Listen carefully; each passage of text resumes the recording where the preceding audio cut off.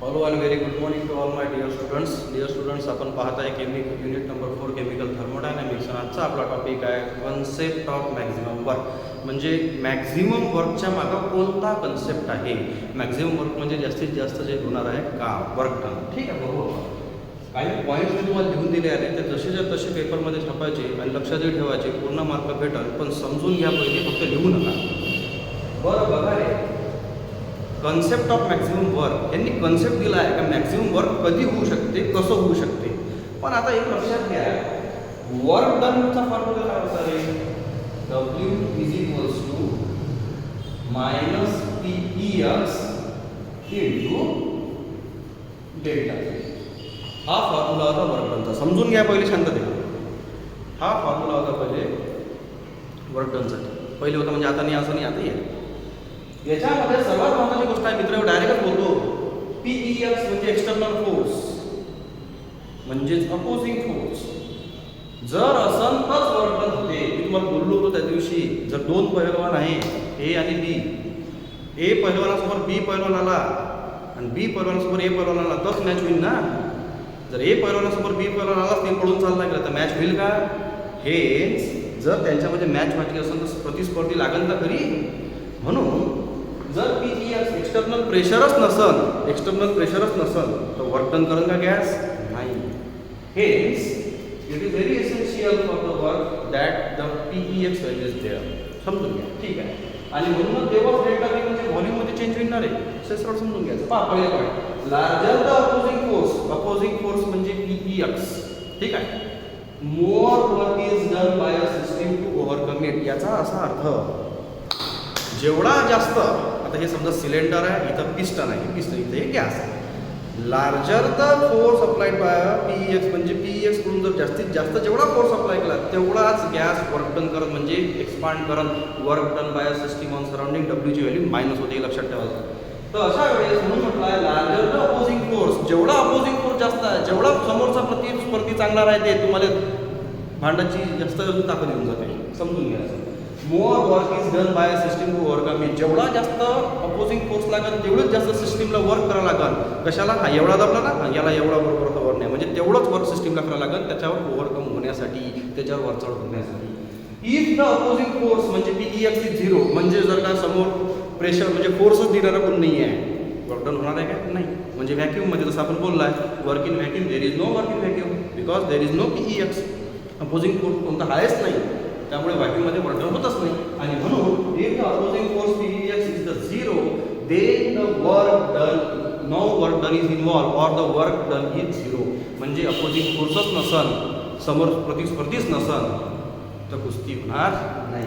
तिसरा आहे, when the opposing force PEX reaches its maximum the system perform maximum work. याचा असा अर्थ आहे की अपोजिंग फोर्स आता खूप जास्त मॅक्झिमम होऊन राहिला, खूप जेवढा जास्त होऊन राहिला तेवढाच जास्त वर्क डन होणार त्याला ओव्हरकम होण्यासाठी.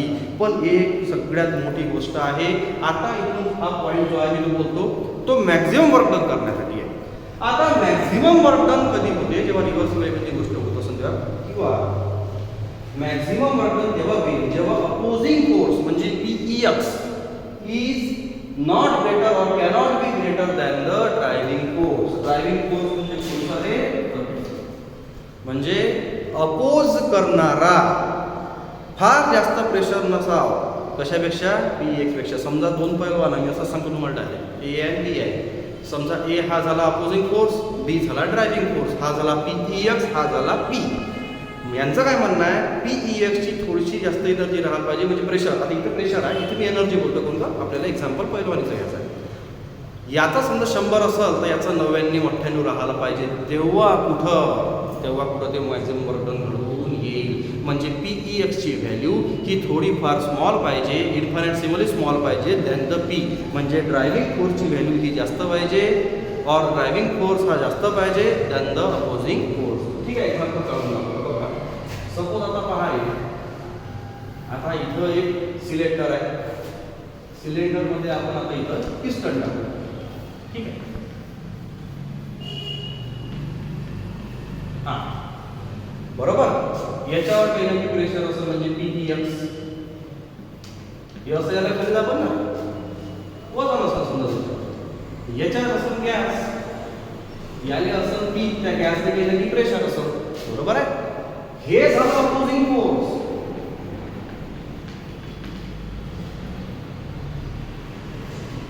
हा झाला रे P operation of the gas is the driving force.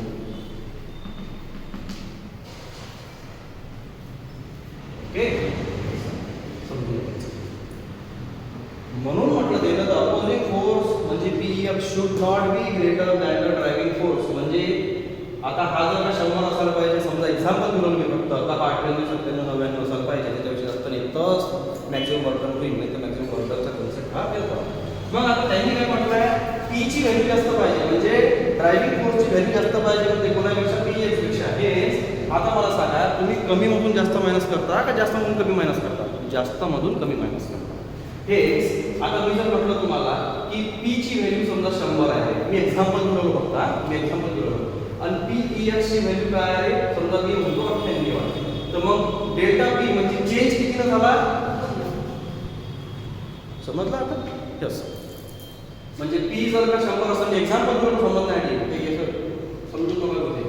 आणि पी एक्स म्हणजे एक्सटर्नल फोर्स जर 98 असेल तर चेंज किती झाला, 100 - 98 किती झाले, 2. ते असं कळायला लागते. म्हणजे यांचं म्हणणं आहे, जर अशातून जर असेल ते तर मॅक्सिमम वर्क डनचा कन्सेप्ट होतं. बस मग आता बघू आपण. हेच नाव पी ची व्हॅल्यू जास्त आहे, त्यामुळे पी घेतला इथं. नाव P minus P X equals to होते रे डेल्टा पी. डेल्टा म्हणजे चेंज इन, पी म्हणजे प्रेशर. किती न फरक आहे तो काढायचा. काहून का पी जास्त पाहिजे, ड्रायव्हिंग फोर्स जास्त पाहिजे, दंडा अपोजिंग फोर्स किती ना इन्फायनाइट म्हणजे एकदम सूक्ष्म, खूप जास्त असं नाही, 50-100 चा फरक नाही. और आता मला पी ची व्हॅल्यू काढायची आहे. काय मी या टर्मला आपण निगेटिव्ह पार्ट असतो, डेटा हा या घ्यायचा असते आणि इथं पॉझिटिव्ह आहे, बघायचा आहे. आता हा इकडे जाईल तर निगेटिव्ह बनत आणि हे टर्म इकडे जाईल पॉझिटिव्ह बनत. मीन्स पी मायनस, आता इथं minus delta P equals to P X. Side change केली फक्त, काही फार मोठं इंटिग्रेशन नाही लावलं त्याला. P minus P X equal to delta P, पण आपल्याला पी एक्स ची व्हॅल्यू काढायची आहे. आता हे पी एक्स हे मायनस आहे, हे इकडे घेऊन जायचं आहे, कोणता साइड चेंज करायचं, त्याची व्हॅल्यू काढायची आहे. तर डेल्टा पी हा पॉझिटिव्ह, त्याला इकडे जातो, डेल्टा पी काय आहे पॉझिटिव्ह, आणि हा मायनस, हा जो मायनस पी एक्स आहे हा इकडे घेऊन गेला. हेच पी याला इकडे गेला आणि याला इकडे घेऊन गेला. P minus delta P equals to P X म्हणजे एक्सटर्नल फोर्स. मग आता आपण म्हणतोय वर्क डन म्हणजे W. आता इथं कसं आहे, हे चेंज इन वर्क बिलकुल. आता इथं म्हणजे चेंज इन वर्क. आता कसं आहे पहा, हेच ना W इज इक्वल्स टू काय होतं, minus P X into delta B, पण मायनस पी एक्स. आता पी एक्स ची व्हॅल्यू काय आहे, पी एक्स ची व्हॅल्यू आहे पी मायनस डेल्टा पी, पण त्याच्या आधी मायनस होता, राईट. हेच तर तसं मायनस आणि व्हॅल्यू कशी टाकायला लागते, पी एक्स ची. पी एक्स ची व्हॅल्यू काय येतं, P minus delta P, P minus delta P into delta P. हे असं समजून घ्या. मी काय ना work done W D W, D W, म्हणजे आपण डेल्टा पी म्हणतो. Work done change in work done equals to minus P X into delta P, हे आपण मागच्या लेक्चरमध्ये पाहिलं. मग पी एक्स ची व्हॅल्यू, आता पी एक्स हा तो इकडे प्लस होतो, तर मायनस आहे, तर मायनस आहे त्याची व्हॅल्यू दोन टाकूया मायनस. आणि पी एक्स म्हणजेच काय होतं रे, ते असं पी एक्स म्हणजे पी मायनस डेल्टा पी, म्हणजे P minus delta P into delta P. फक्त मी व्हॅल्यू पुटअप केली, बाकी काहीच केलं नाही, समजून घ्या. ह्या कन्सेप्टनं मॅक्सिमम वर्क डन होईल. आता याच्यामध्ये होते कसं, हा कन्सेप्ट दिलेला आहे त्यांनी. आता मॅक्सिमम वर्क डन एखादी गोष्ट तेव्हा करते जेव्हा त्यांच्यामध्ये इन्फायनाइट सिमल चेंजेस असतात. म्हणजे जर का पी एक्स हा पी पेक्षा कमी आहे और पी हा ग्रेटर आहे पी एक्स पेक्षा, पण त्यांची साईज म्हणजे त्यांचं जे कंपॅरिझन आहे, जे चेंज इन आहे, जे डिफरन्स आहे तो फार जास्त नसावा. म्हणून वर्क म्हणजे डब्ल्यू इज मॅक्सिमम. मॅक्सिममचा विचार करायचा आहे बरोबर. when delta p is smallest, when delta p is smallest, जसं आपण म्हटलं होतं की 100 मायनस 98 करा तर आन्सर 2 येते. हा एवढा लहान आला पाहिजे तेव्हा वर्क होते. का बरं म्हटलं ते ना, म्हणजे डेल्टा पी काय आला पाहिजे स्मॉल. का बरं, काहून हा एवढा स्मॉल येईल याची व्हॅल्यू ठरवून का नाही ठरवलं ते असं. हेच हे त्यांनी काय म्हटलं, work is maximum when delta p is smallest, म्हणजे the opposing force Pex is infinitesimally smaller than the driving force. Infinite symbol या शब्दाचा अर्थ लिहून घ्या, अत्यंत सूक्ष्म, कमी प्रमाणात, असं खूप नाही. ठीक आहे. आणि अशा कंडिशनमुळे जर असं आपण जर करू शकलो किंवा असं जर असलं तर मॅक्झिमम वर्कमध्ये, म्हणून the maximum work is obtain from the change. असा जर चेंज असेल कोणता, हा वाला असा जर चेंज असेल विच द थर्मोडायनामिक रिव्हर्सिबल, म्हणजे याचा अर्थ असा आहे का सिस्टीम थर्मोडायनामिक रिव्हर्सिबल करते. रिव्हर्सिबल रिॲक्शनमध्ये वर्क डन सगळ्यात जास्त होते, हे समजून घ्या. आता याच्यानंतर मी येणार आहे एक्सप्रेशन, कशाचं, मॅक्झिमम वर्क डनचं. याच्यामध्ये इंटिग्रेशन आहे, ते समजून घ्या, एवढी साधी गोष्ट नाही. पहिले हे पॉईंट समजून घ्या. ओके.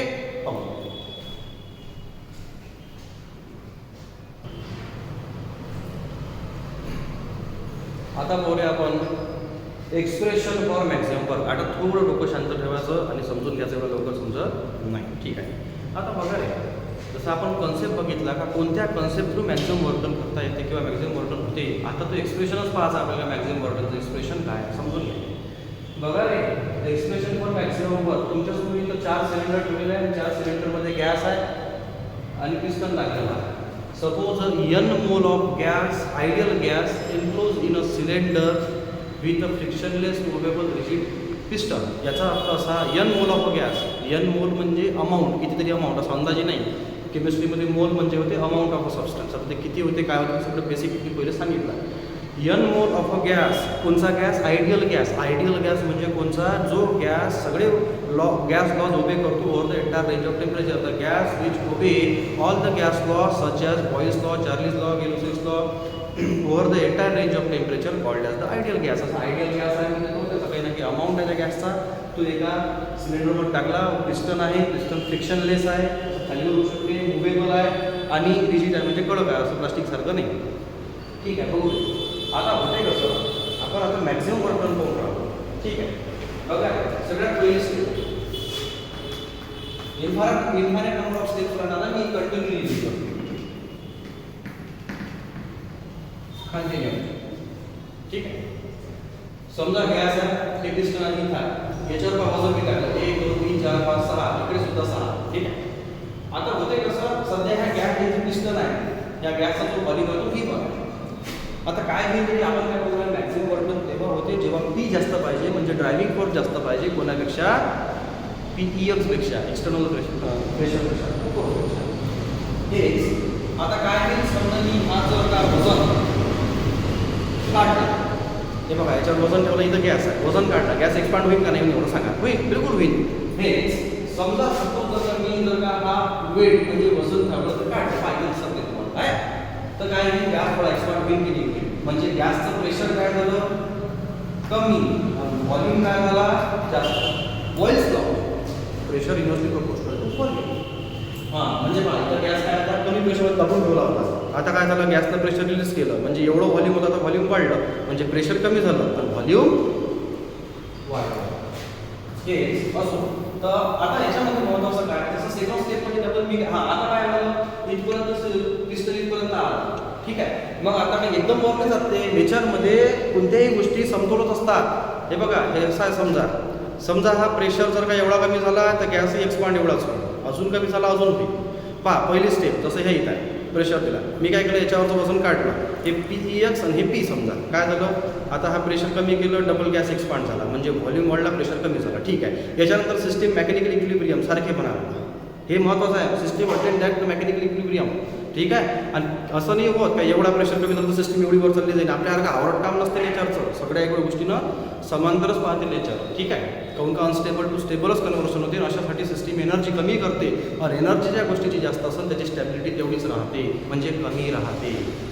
ठीक आहे. असो. तर आता समजा फर्स्ट स्टेप आहे, आता प्रेशर कमी केलं, गॅसनं प्रेशर रिलीज केलं, व्हॉल्यूम वाढला, double mechanical equilibrium. Double second स्टेपमध्ये मी काय केलं अजून, किंवा कोणी म्हणा, हे थोडंफार त्याच्यावरचं वजन काढलं, म्हणजे काय होईल, डबल व्हॉल्यूम काय होईल, म्हणजे गॅस काय एक्सपांड होईल, डबल इक्वल आला. समजा असा तो सेकंड स्टेपमध्ये मेकॅनिकल इक्विलिब्रियम, P = PEX. नाव बघा, डबल मग मी PEX कमी केला, गॅस डबल एक्सपांड झाला, डबल कमी केला, असं इन्फायनाईट नंबर ऑफ स्टेप्स. आता हे सांगूच शकत नाही, लाखो करोडो समजून घ्या तुम्ही. आता D म्हणजे काय होते, स्मॉल d म्हणजे चेंज इन बघा, कॅपिटल D, कॅपिटल लॅम्बा आहे, सॉरी लॅम्बा डेल्टा, लॅम्बा नाही डेल्टा. हा जर असेल तर एखादा मात्र, हा जर असेल तर स्मॉल इन्फायनाईट सिम्बॉल. ठीक आहे. एक लक्षात घ्या. आता याच्यामध्ये महत्त्वाचं आहे, आपण इन्फायनाईट सिम्बॉल शब्द महत्त्वाचा होता.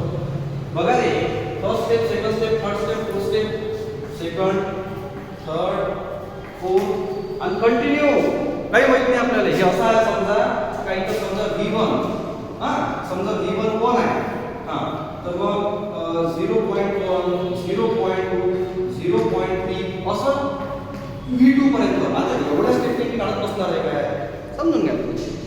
म्हणजे इनिशियल व्हॉल्यूम म्हणजे V1 पासून V2 पर्यंत मॅक्सिमम वर्क डन कॅल्क्युलेट केला किंवा मॅक्सिमम वर्क डन किती झाला ते आपल्याला पहा समजून घ्यायला पहा.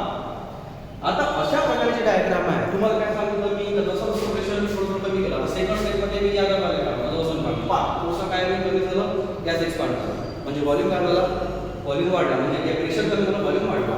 डबल इकडे आता याच्यावर पहा रे आता याच्यावर हा दगड काढला मी म्हणजे काय काढलं वजन काढलं हे दिसेल तुम्हाला 4च आहे काय असं किती करणार आहे आपण इन्फायनाइट नंबर ऑफ स्टेप्स म्हणजे एकदम कमी म्हणजे थोडं थोडं काढा एखादं सगळेच दगड सगळेच वजन नका काढू असं करायला लागतं. ठीक आहे मग आता म्हणजे कसं नाव द सिस्टीम नाव the gas expand isothermally and reversibly. ते आयसोथर्मल म्हणजे the temperature of the system remains constant समजून घ्या ॲटोमॅटिक प्रोसेस नाही होईल.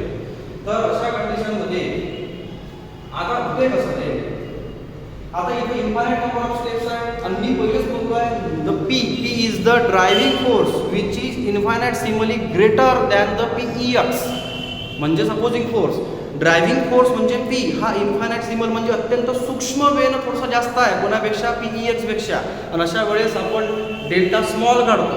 हेच नाव आता जसं आपण वर्क डन कंप्लीट काढलं रिटर्न काढलं पण आता एका स्टेपचा काढायचा आहे आपल्याला. ठीक आहे आपण एका स्टेपचा विचार करू नंतर बाकीच्या स्टेपचा विचार करू. ठीक आहे आता मॅक्सिमम वर्क डनसाठी आपण काय करावं लागतं एका स्टेप करू त्याचं एक्सप्रेशन लिहू नंतर त्याला इंटिग्रेशन करू. पण इंटिग्रेशन काय सम ऑफ आणि डिफरन्शियल काय वेगवेगळं हेच आपल्याला इंटिग्रेशन लावलं आहे पहा.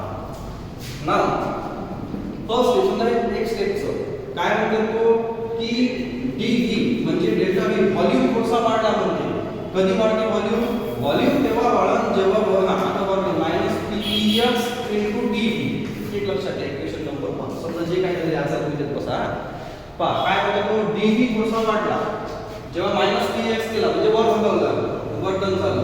जरी ते हेच नसतं तर वर्क डन झालं असतं काय नाही हे लक्षात घ्या.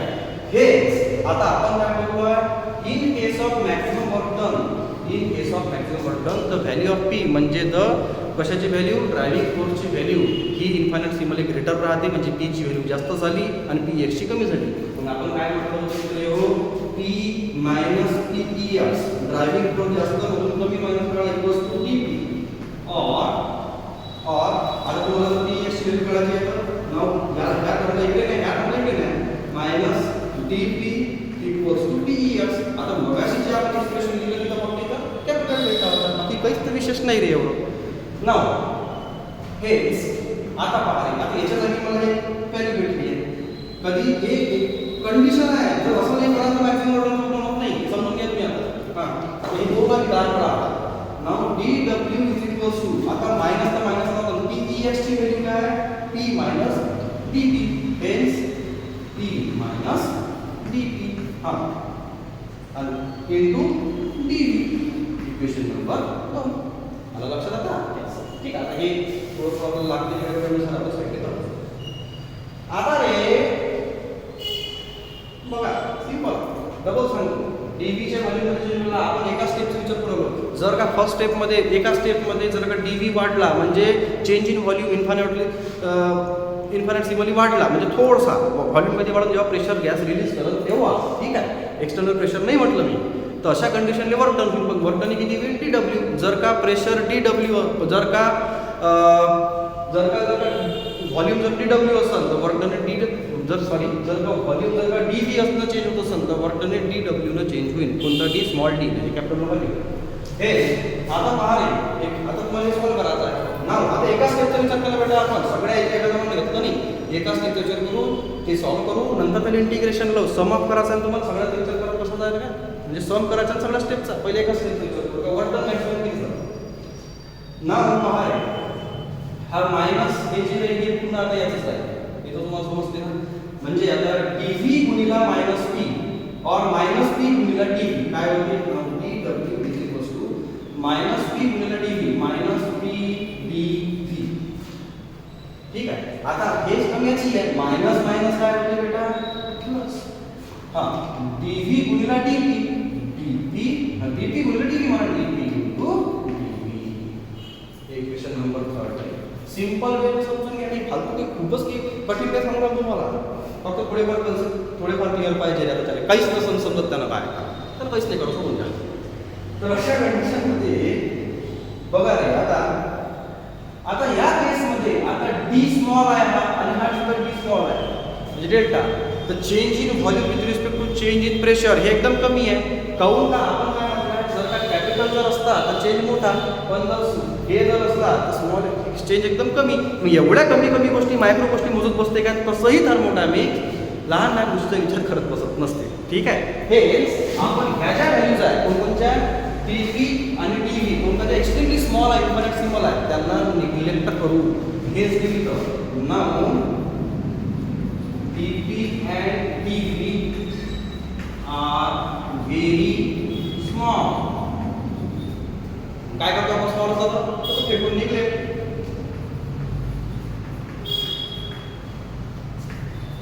निग्लेक्ट ते काय बरोबर करता येते आपल्याला.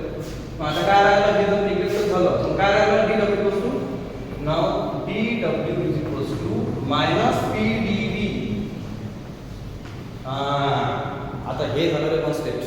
आता तुम्हाला v1 पासून v2 पर्यंत म्हणजे इन्फायनाइट नंबर ऑफ स्टेप्सचा जर का काढायचा आहे मॅक्सिमम वर्क डन काढायचा आहे तुम्हाला या इक्वेशनला जे इक्वेशन आलेले ना किंवा 4 नंबरच्या इक्वेशनला इंटिग्रेशन लावा लागेल. टेक द इक्वेशन नंबर 4 म्हणजे इंटिग्रेशन लावा त्यावेळी. आता कसं होते integration dw initial to final म्हणजे लिमिट्स मध्ये घ्यायला लागते. हा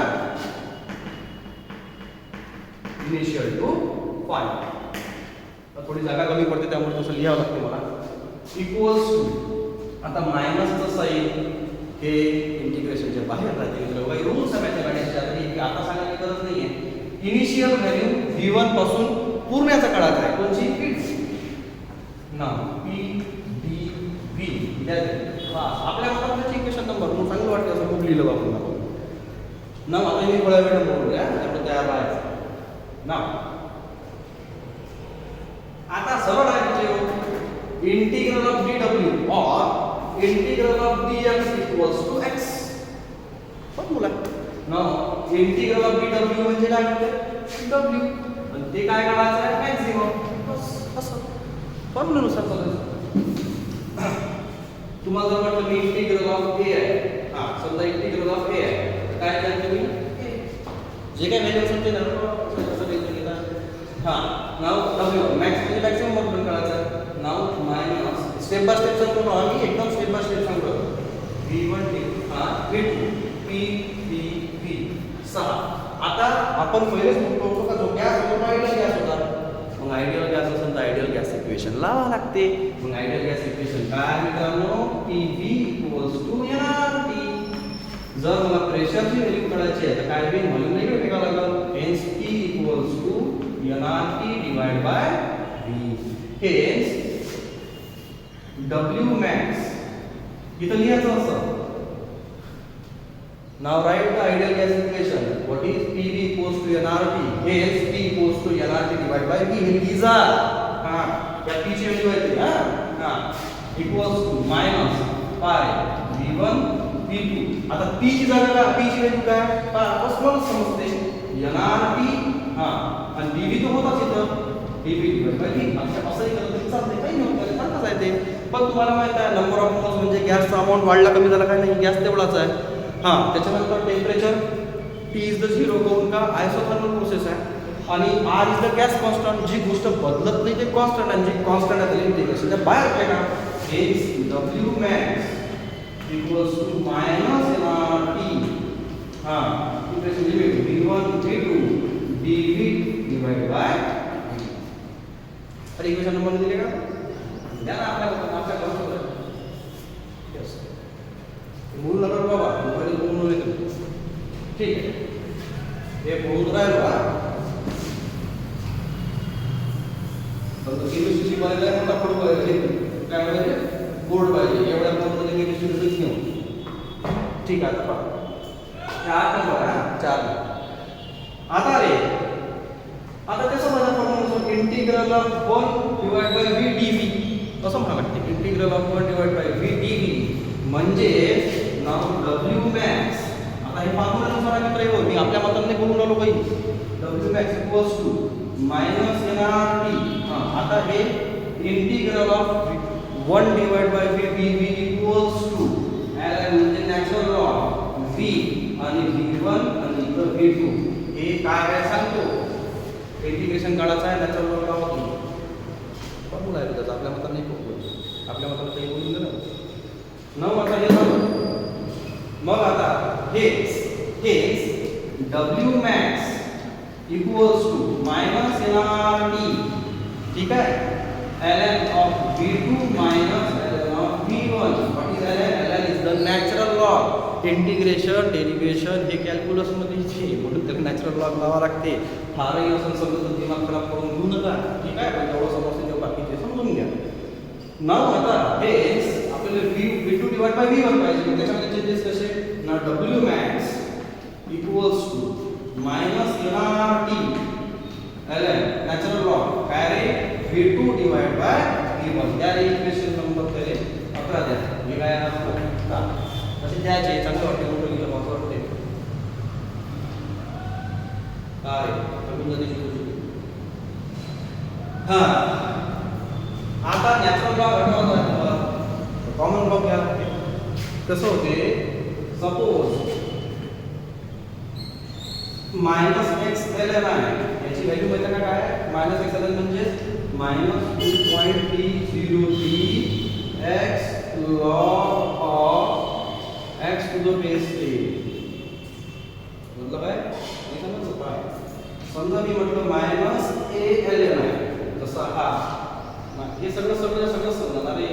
मायनस a l n आहे नॅचरल लॉग याची म्हणजे हे काय आहे नॅचरल लॉगचं कन्वर्जन आता कॉमन लॉग काय आहे. हां तर ची व्हॅल्यू मायनस 2.303 इथं लिहायचा a लॉग सॉरी हे असायला का log of a to the base a.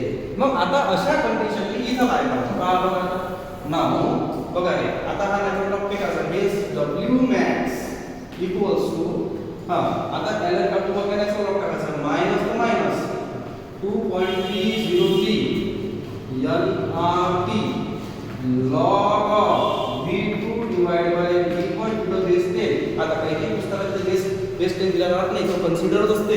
हां तसा याला द्या 12 झालं इक्वेशन एवढंच आहे.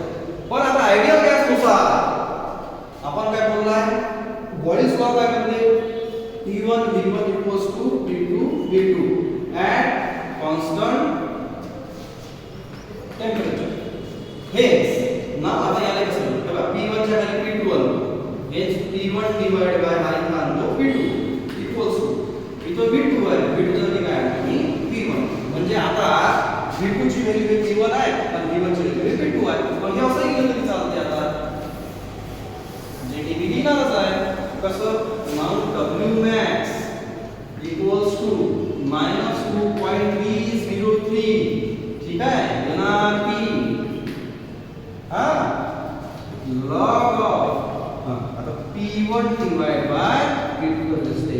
झालं इक्वेशन करून घेऊ नका. आणि घुमवतो म्हटलं तर एक दोन स्टेप वाढते. असं आहे मित्र एक्झाम्पल्स वगैरे करून पण तुम्ही नाही समजलं तर विचारा. हे समजण्यासाठी डोकं शांत ठेवा लागते. हे थर्मोडायनामिक्स आहे. थर्मोडायनामिक्स केमिकल कायनेटिक्स ही साधी गोष्ट नाही आहे. समजून घ्या. क्वांटम मेकॅनिक्स ही साधी गोष्ट नाही. कोणाला समजून घे त्यासाठी मेंटल स्टॅबिलिटी पाहिजे. ठीक आहे. पण थोड्या थोड्या गोष्टी बेसिकपासून सुरू करा. हे ज्या कोणाला समजलं नाही समजायचं आपलं आपल्याला बेसिक काहीच नाही. ज्या कोणाला कोणताही असो फिजिक्स असो केमिस्ट्री असो मॅथ्स असो बायोलॉजी असो चांगलं बनायचं असेल चांगले 4 विषय बनवायचे असेल ना बाबू तर फक्त एकच करा 11वीचं बेसिक पुरं करा. पुस्तक वाचून फेकून द्या 10 वेळा. आता वेळ नसेल तुमच्याकडे ठीक आहे 12वीच्या बरोबर पण तुम्ही जेव्हा वेळ होता तेव्हा तो गमवला असेल किंवा काही तुम्ही ना केलं आहे. बेसिक ज्याचं असेल तो करू शकते. नाही तर रट्टा मारायचा असेल तर तुम्ही एवढं करून दाखवा. रट्टानं होत नाही हे समजून घ्यायला लागते बेटा. ठीक आहे. आणि तसंही केमिस्ट्री शिकायचं असेल तर फिजिक्स यायला पाहिजे बायोलॉजी यायला पाहिजे थोडंसं आणि मॅथमॅटिक्स त्याच्यात दप्तरच असतं. समजलं. जर काही प्रश्न असेल तर मला विचारा. आजच्यासाठी एवढंच. ठीक आहे. धन्यवाद.